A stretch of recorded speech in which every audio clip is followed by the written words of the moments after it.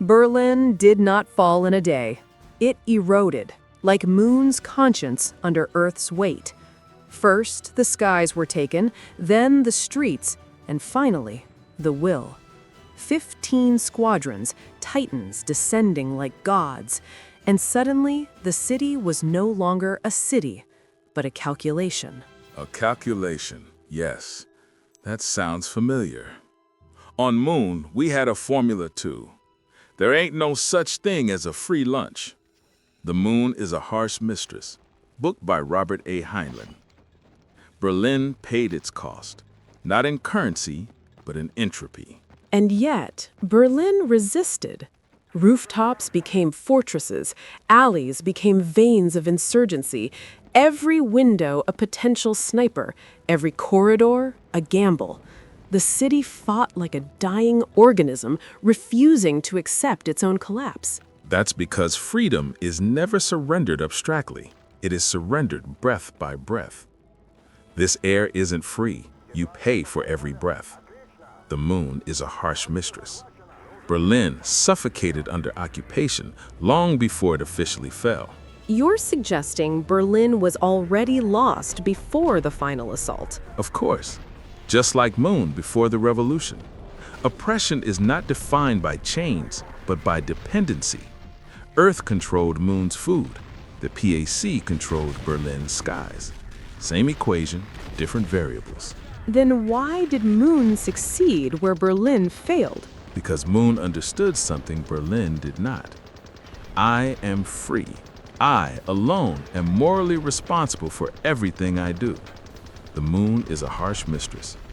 Berlin fought as a collective. Moon fought as individuals who chose responsibility. That sounds dangerously close to rational anarchism. It is precisely that. A rational anarchist believes that responsibility is individual. The Moon is a Harsh Mistress. Berlin still believed in structures, commands, defenses, lines. But the PAC shattered those with titans. When structure collapses, only individuals remain. And yet, there's something tragic in that. Berlin was humanity's monument, history layered upon history. To reduce it to individuals fighting in corridors? That's because you're mistaking tragedy for inevitability. Mike, our sentient machine, understood this better than any human. Loneliness is what makes puppies cry. The Moon is a Harsh Mistress. Berlin's final state was not defeat, it was isolation. Units cut off, commanders blind, soldiers alone in a frozen labyrinth. So Berlin became Moon? No, Berlin became what Moon refused to remain. Explain. Berlin was a colony of war, occupied by force, dependent on supply lines, reacting rather than deciding. The PAC broke that paradigm. It weaponized physics itself, mass drivers, orbital strikes. Berlin, meanwhile, still fought street by street, as if history had not advanced. But there is something deeply human in that resistance, the refusal to abstract war into equations. And that is precisely why it lost. Revolution is an art. The Moon is a Harsh Mistress. Berlin fought a battle.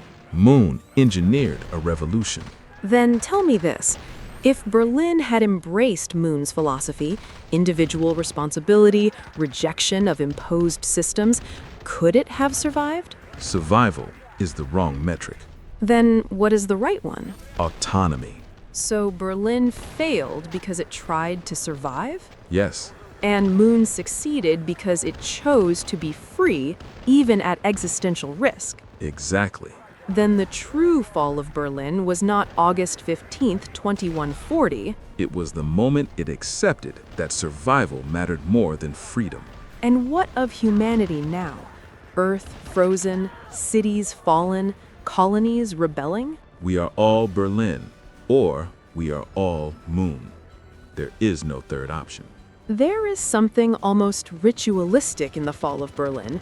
The Titans did not merely deploy, they descended, as if reenacting an ancient myth.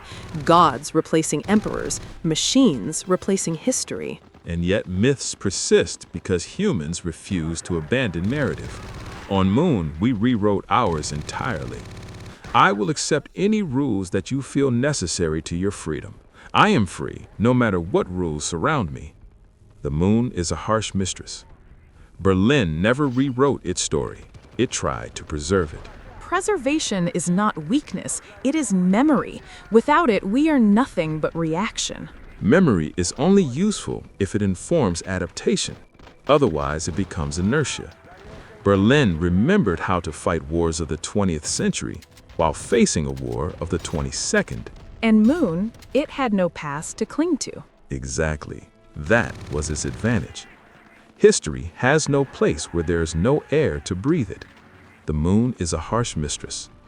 Moon was forced to live in the present. Berlin was suffocated by its past. You make it sound inevitable, as if Berlin's fall was predetermined. Not predetermined, conditioned.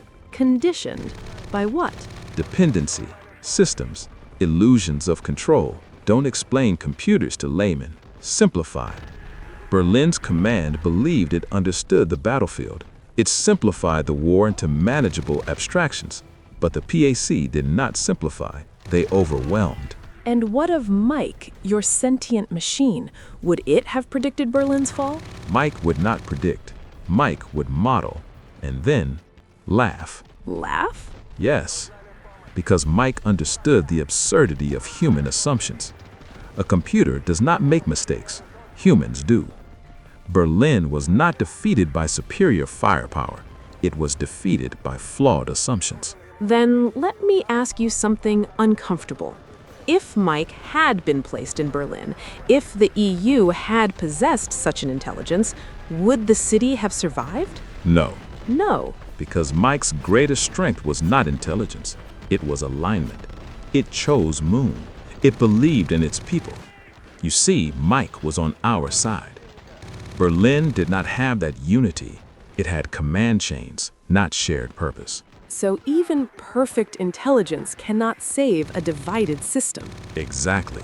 Then Berlin's soldiers, those fighting in stairwells, in frozen metro tunnels, what were they fighting for? That is the most tragic of all questions. Answer it. They were fighting for a structure that had already ceased to exist. And Moon? Moon fought for something that did not yet exist. A future.